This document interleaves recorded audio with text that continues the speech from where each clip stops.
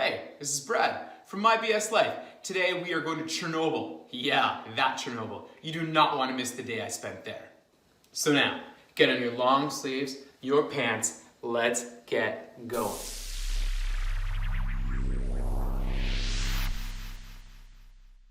A little bit of history about Chernobyl to get us started. It was Saturday, April 26th in 1986.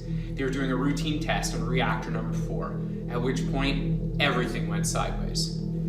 Like most of you, I took a tour, and it was about a 2-hour drive from Kiev for what turned out to be an incredible day. Before you get to the ghost city or the reactor, you have a chance to walk through some old buildings, an abandoned schoolhouse, an old doctor's office. You can see all kinds of notes, papers, everything was just left behind. People literally just walked away from their life. They had to.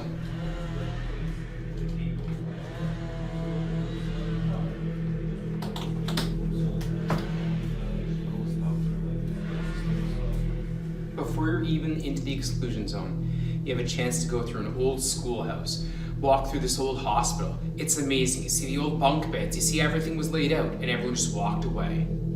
Crazy, but fascinating. After this, you start the drive. You get a chance to see everything. You don't want to miss anything because you haven't seen things like this before. And you get to pull up to another gate where more people are going to check out your ID, make sure you're going through. Slow process, but worth it for what's coming right around the corner. Pripyat, the Ghost City.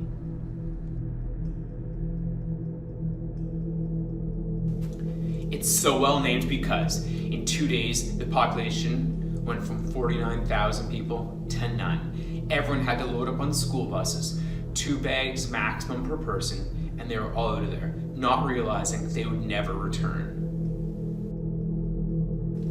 Over 11,000 children of various ages went to school in classrooms just like this, between kindergarten all the way to the end of high school.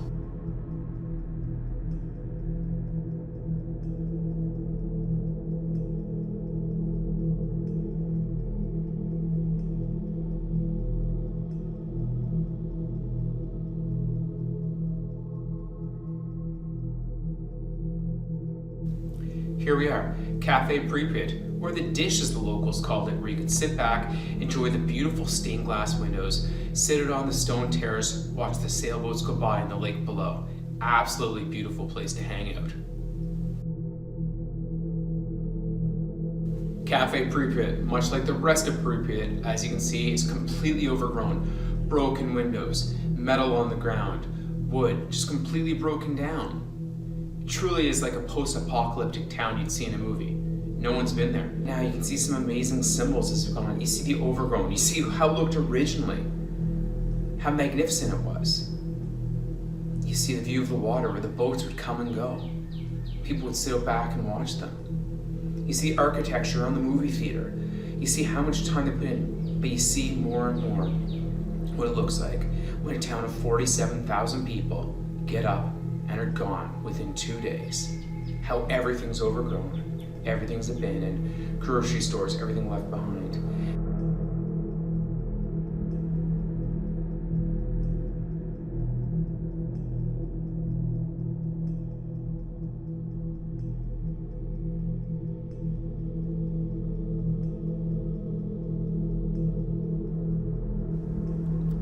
One of my personal highlights of going to Pripyat was walking through the abandoned amusement park. How haunting was it to think that all this was set up and ready to go, but 5 days before the grand opening, the explosion happened.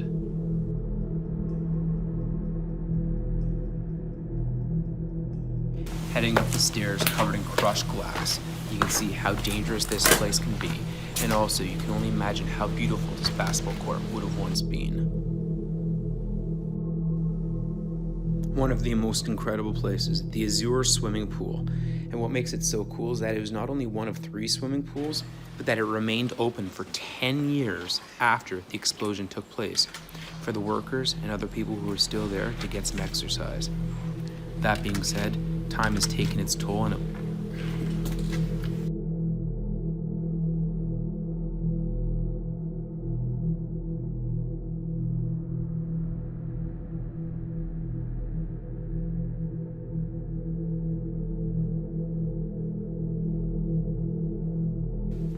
As you can see here, the Duga radar is massive, gigantic, huge. And it's known as the Russian woodpecker. Now, I didn't actually see any birds on it, but if you gotta give it a nickname, why not call it the Russian woodpecker? Also, I was told there's only one elevator on the whole thing. I'm not sure how true that is, but if you know different, let me know in the comments. I'd love to find out. After the Duga radar station, checked out a few other buildings, including one that had a room where the Soviets were training to learn all about the Americans. Very cool stuff. I went, I took a tour. My tour is fantastic. I paid full price for it. If you don't want to pay full price for my tour, there's a link in the description to save yourself 5%. That's myBSlife. Let's see where myBSlife takes us next time. Thanks for being a part of it. If you haven't had a chance, hit subscribe down below. Have an amazing day. See ya.